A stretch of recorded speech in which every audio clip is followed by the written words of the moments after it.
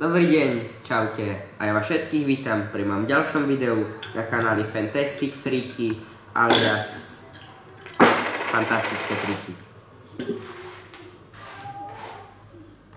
V tomto videu vám chcem ukázať, ako si rozmnožiť mince s použitím prázdnej magickej lopatky. Zoberiem 2 eurovku, zastrčím ju gubičku, tak. A 2 eurovka je už na obidvoch stranách. Ďalšiu 2 eurovku. Tak.